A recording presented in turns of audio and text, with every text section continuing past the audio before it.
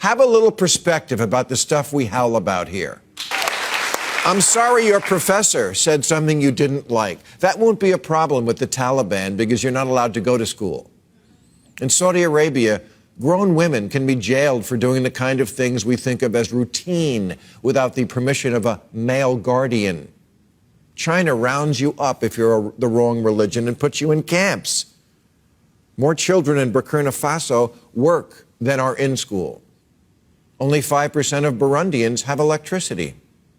The homicide rate in Honduras is 8 times what it is here. The inflation rate in Venezuela is 2,719%. The Philippines, in the last 5 years, has put to death 27,000 low-level drug dealers.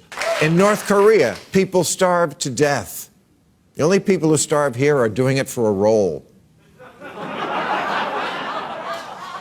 And the only people who have no water live in California.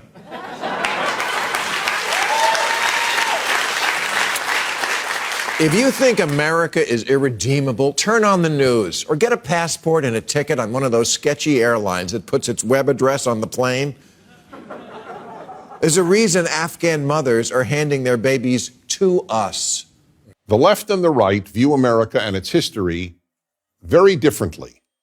Conservatives view America as President Abraham Lincoln viewed it, as the last best hope of Earth. While acknowledging America's flaws, conservatives regard America as the best society ever created, giving more people of more backgrounds, more freedom, more opportunity, and more affluence than any other society, and doing more good for more people in other countries than any society in history.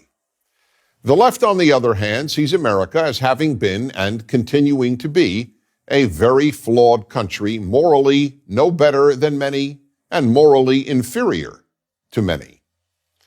The left's view is that America was founded by rich white males who were intent on protecting their race, their wealth, and in many cases, their slaves.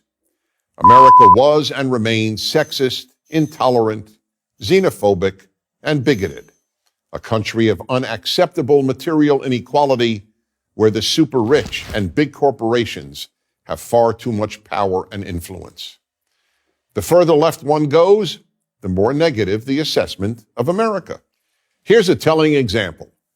On my radio show, I once dialogued with Howard Zinn, arguably the most influential American historian of the second half of the 20th century. Here is one part of our dialogue. Professor Zinn said, if people knew history, they would scoff at the idea that the United States is a force for the betterment of humanity.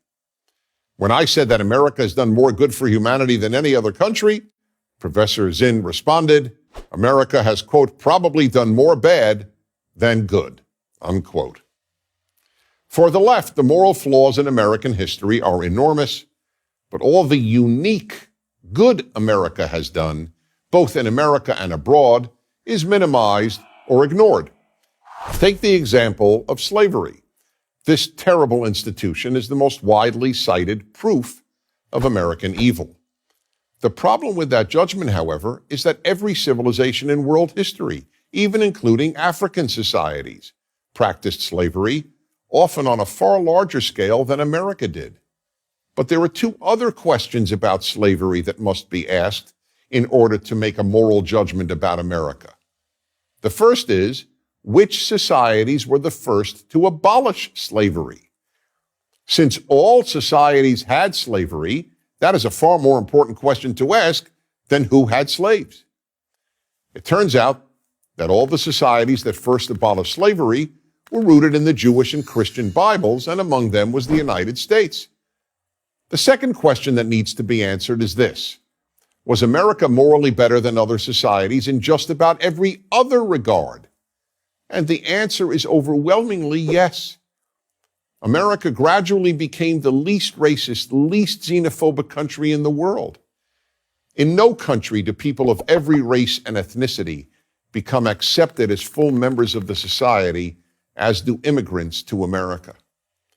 And no country in history has fought for the liberty of others as much as America has.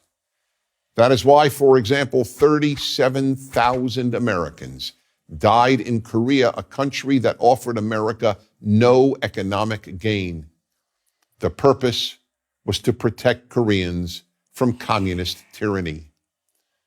Today, South Korea, where American troops are still stationed, is one of the wealthiest and freest countries in Asia.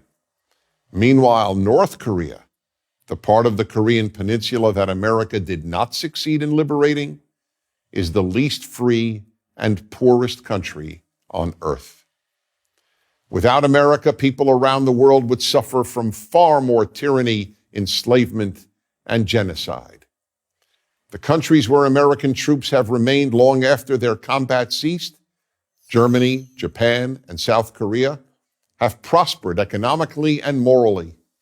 Countries that America abandoned, such as Vietnam and Iraq, experienced mass murder and other horrors.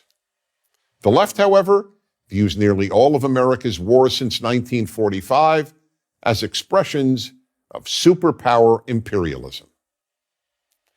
Days before the 2008 American presidential election, the Democratic candidate, then Senator Barack Obama, announced, quote, "We are 5 days away from fundamentally transforming the United States of America."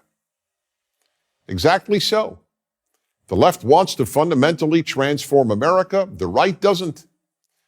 Conservatives want to conserve America's unique greatness and improve it where necessary, but not transform it. If America is fundamentally transformed, it will not become better than other nations. It will become like other nations. I'm Dennis Prager.